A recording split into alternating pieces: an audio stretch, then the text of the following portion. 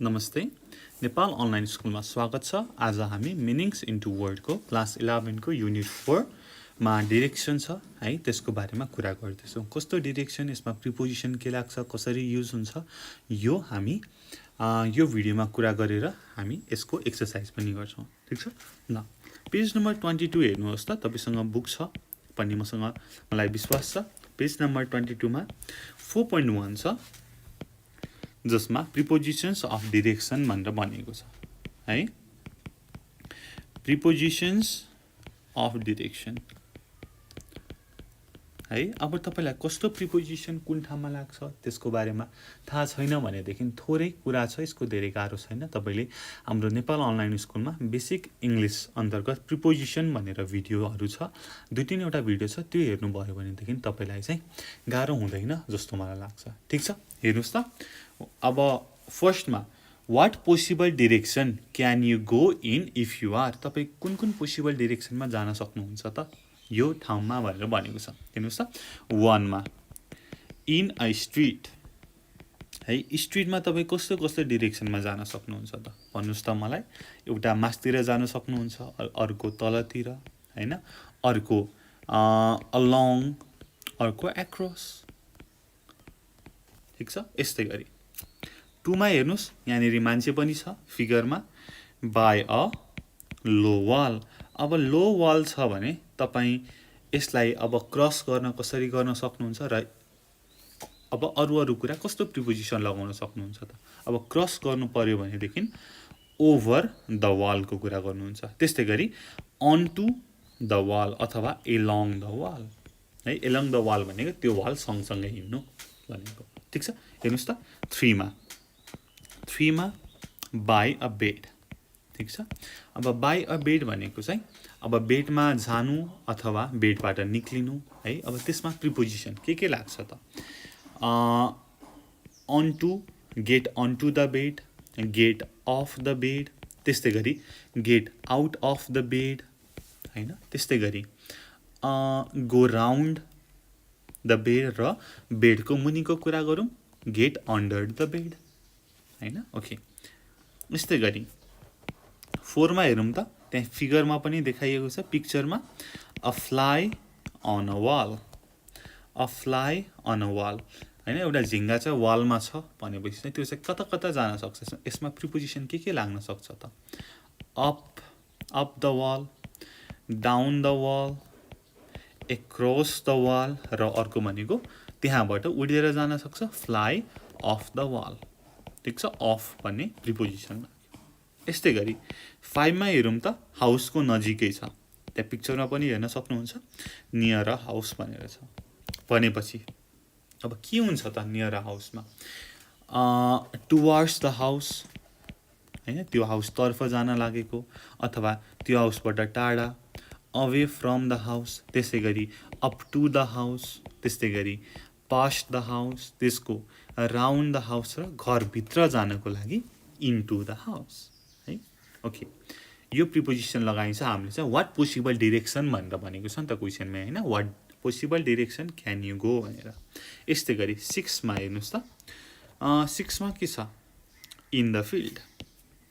6 मा in a field है। अब फिल्डमा चाहिँ कुन कुन डिरेक्सनमा जान सक्नुहुन्छ त भन्दाखेरि, एउटा त अक्रस हैन, एक्रस, यस्तै गरी थ्रु अ फिल्ड, अर्को चाहिँ राउन्ड अ फिल्ड। ठिक छ, यो डिरेक्सनमा जान सक्नुहुन्छ। अब 7 मा हेर्नुहोस् त, standing near a tunnel. Near a tunnel भनेर भनिएको छ हैन। तपाईँ चाहिँ टनलको चाहिँ नजिक उभिरहनु भएको छ भनेदेखि अब कुन कुन डिरेक्सनमा जान सक्नुहुन्छ त। यहाँनिर फिगरमा पनि मान्छे छ यस्तो, अनि यहाँनिर चाहिँ यस्तो टनल छ हैन, भनेदेखि कुन कुन डिरेक्सनमा जान सक्नुहुन्छ फिगरमा पनि हेर्न सक्नुहुन्छ। अब अर्को इन्टु द टनल भनेको टनलभित्र। ठिक छ, अर्को out of the tunnel, tunnel बाहिर हैन। त्यसपछि गो थ्रु द टनल भनेको टनलभित्रबाट छिरेर बाहिर निक्लिनु। त्यस्तै गरी get away from the tunnel हैन, टनलभन्दा तपाईँ पर पनि जान सक्नुहुन्छ। ठिक छ, सिमिलरली 8 मा छ, के छ त, नियर 8 मा छ नियर टु ट्रिज भनेर भनिएको छ फिगरमा पनि दुईटा ट्रीको सँगै बसिरहेको छ हैन त्यो मान्छे नियर टु ट्रिज भनेर भनेको छ हैन यहाँनिर एउटा मान्छे छ यहाँनिर चाहिँ दुईटा चाहिँ ट्री छ है दुईटा ट्री छ भनेदेखि अब त्यो ट्रीको कता कता जान सक्नुहुन्छ त भनेर भन्दाखेरि यसको चाहिँ बीचबाट जान सक्नु होला हैन यता पनि मैले मान्छे नै बनाएको छु ट्री बनाउनु पर्ने ठाउँमा है फिगर पनि अलि नराम्रो भएर ल अब यसको बीचबाट जान सक्नुहुन्छ बीचबाट जानको लागि के भन्नुहुन्छ बिट्विन हैन र यसको वरिपरिबाट जान सक्नुहुन्छ हैन भनेदेखि राउन्ड द ट्री यस्तै गरी यसको नजिक जान सक्नुहुन्छ अप टु द ट्री है त्यस्तै गरी रुखमा चढ्न पनि सक्नुहुन्छ भन्नको लागि क्लाइम्ब अप द ट्री अब चढेपछि ओर्लिन पर्यो क्लाइम्ब डाउन द ट्री अब क्वेसनमै भनेको छ व्हाट पोसिबल डिरेक्सन कस्तो कस्तो डिरेक्सनमा जान सक्नुहुन्छ भन्ने कुरा छ ओके त्यति भन्दै मैले पेज नम्बर 22 कै है अर्को छ के छ त भन्दाखेरि write appropriate prepositions in the gap भनेर छ त्यसको बारेमा गरौँ न है अब त्यो ग्यापमा कुन कुन सही सही प्रिपोजिसन लाग्छ त भन्ने कुरा छ त्यसको बारेमा हेरौँ फर्स्टमा 1 मा हेरौँ when the bull began to run ... me when the bull began to run अब बुल त म तर्फ आयो नि त भनेपछि तर्फ भन्नको लागि when the bull मैले अगाडि ... लेखेँ when the bull began to run towards me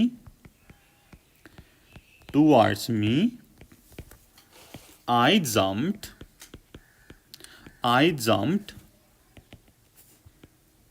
अब ... the fence है त ... the fence अनि त्यसपछि ... the next field रे the next field हेरौँ त बुल आयो भने त भाग्नु पर्यो नि when the bull began to run towards me I jumped अब फेन्स भनेको छ र बार हैन यस्तो बार छ रे अब यसलाई चाहिँ नागेर जानु पर्यो भनेपछि I jumped over the fence अनि हामी अर्को फिल्डमा छिर्यौं हैन भित्रको कुरा गरेछ I jumped over the fence into the next field है into the next field है एकदमै सजिलो छ केही छैन तपाईले आनन्दले बुझेर गर्न सक्नुहुन्छ 2 मा हेरौँ he took two books the shelf भनेर भनेको छ हैन सेल्फ भनेको चाहिँ राख्ने बुक राख्ने दराज भनेर बुझौँ न है त he took two books कहाँबाट त भन्दाखेरि सेल्फबाट हो नि त from the shelf अथवा कहाँबाट झिक्यो भन्दाखेरि off the shelf ठीक छ he put one of them the table भनेर भनेको छ मैले पुरै चाहिँ लेखिन है अब तपाईलाई मैले धेरै लेखे भनेदेखि अल्छी लाग्न सक्छ नि त हैन he put one of them the table र अर्को वान चाहिँ ब्रीफ केसमा राखेछ and the other one his briefcase भनेर छ ठीक छ he took two books from the table of the table त्यसपछि he put one of them कहाँ त भन्दाखेरि टेबलमा भन्दाखेरि he put one of them onto the table अथवा he put one of them on the table and the other one कहाँ राख्यो त ब्रीफकेसमा राख्यो ब्रीफकेस भनेको ब्रीफकेस भित्र राख्ने हो नि त हो भित्र राख्ने भन्ने बित्तिकै के हुन्छ इन हुन्छ and the other in the briefcase अथवा and the other into the briefcase ठीक छ सिमिलरली अब 3 मा हेरौँ छिटो छिटो हेरौँ हैन ल she ran the corridor and the stairs and the stairs into the basement basement ठीक छ हेर्नुस् त she ran the corridor अब she ran के हुन्छ along the corridor and the stairs into the basement अब बेसमेन्ट भन्ने बित्तिकै त घर भन्दा त मुनि हो नि त हो उसले चाहिँ भर्याङ ओर्लिएर हैन भर्याङबाट मुनि झरेर बेसमेन्टमा गई भन्नको लागि के हुन्छ त down and down the stairs into the basement. Similarly, 4 हेरौँ. His bullet whistled my ear, so I shot him right the eyes. ठ्याक्कै फिल्मको जस्तै कुरा गरेको रहेछ. उसको बुलेट चाहिँ मेरो कानबाट ठ्याक्कै गयो हैन, र मैले चाहिँ उसको आँखाको बिचमै हान्दिएँ रे त. ठिक छ. हिज बुलेट विसल्ड मेरो कानको साइडबाट गयो हैन. His bullet whistled past my ear, so I shot him. कहाँ त भन्दाखेरि यो आईको हैन, यो चाहिँ आई भयो, आईको बिचमै हैन. I shot him right between the eyes. यस्तै गरी 5 मा he came her and put his arm her waist. हेर्नु त कस्तो रोमान्टिक सिचुएसन रहेछ. he came her and put his arm the waist. he came ऊ सामु आयो, ऊ तर्फ आयो हैन, ऊ भेटामा आयो भनेदेखि के हुन्छ त. he came up to her, ऊ सम्म आयो, and put his arm हैन, यो चाहिँ अब मान्छेको वेस्ट भयो भनेदेखि अब यसको चाहिँ वरिपरि राख्ने हो नि त हैन, यो चाहिँ हात भयो भनेदेखि. So put his arm around the waist. ठिक छ, सजिलो छ नि त हैन. ओके, यस्तै गरी 6 मा the prisoner jumped the window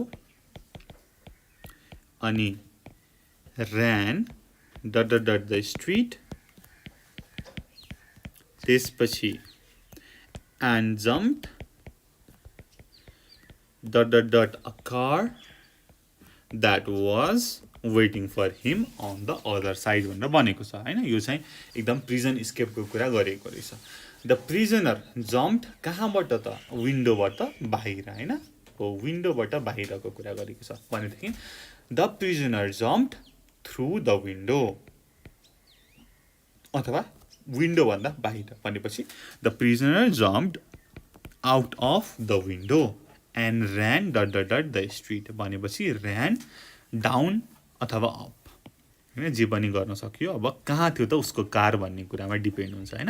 and ran up the street अथवा along the street and jumped a car that was waiting for him on the other side. jumped into the car हैन, ऊ कारभित्र छिर्यो भन्ने कुरा हो नि त. हो and jumped into a car that was waiting for him on the other side. Okay, यस्तै गरी 2टा बाँकी छ, यो पनि सकाइहालौँ है. ल 7 मा looking the microscope she saw the two cells separate and move slowly each other. हेर्नुस् त कति रमाइलो छ. each other है. looking the microscope हैन, माइक्रोस्कोप भने तपाईले देख्नु भएको होला आई गेस हैन. हो माइक्रोस्कोपबाट हेर्ने हो नि त भन्नको लागि लुकिङ थ्रु है, माइक्रोस्कोप भएर हेर्ने हो नि त. Looking through the microscope see स two cells separate and move slowly हैन, 2टा सेल चाहिँ सेपरेट हुँदै गरेको, टुक्रिँदै गरेको र एक अर्काबाट टाढा गइरहेको देखि भन्दाखेरि and move slowly away from each other. ठिक छ. यस्तै गरी 8 मा हेरौँ. they couldn't get the high wall so they dug a tunnel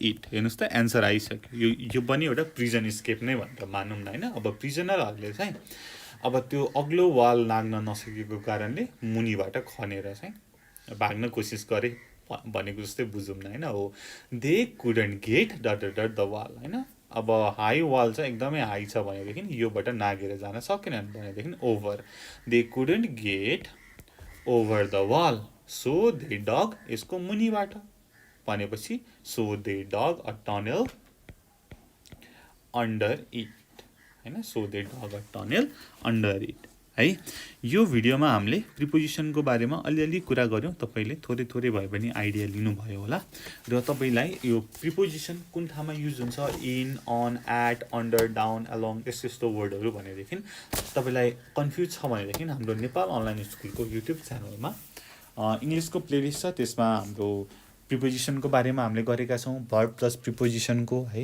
धेरै कुराहरू गरेका छौँ त्यो कुरा हेर्न सक्नुहुन्छ र तपाईँलाई प्रिपोजिसनको बारेमा केही पनि चिन्ता हुँदैन भन्दै यो भिडियो यहीँ टुङ्ग्याउन चाहन्छु र अरू भिडियोमा यो युनिट 4 को डिरेक्सनको अरू यो पेज नम्बर 23 देखि उता उता उता जुन एक्सर्साइजहरू छ त्यसलाई डिस्कसन गर्दै गर्दै हामी पढ्नेछौँ भन्ने बाचाका साथ यो भिडियो यहीँ टुङ्ग्याएँ thank you so much for watching until next time goodbye keep learning जय चन्द्र सूर्य पिस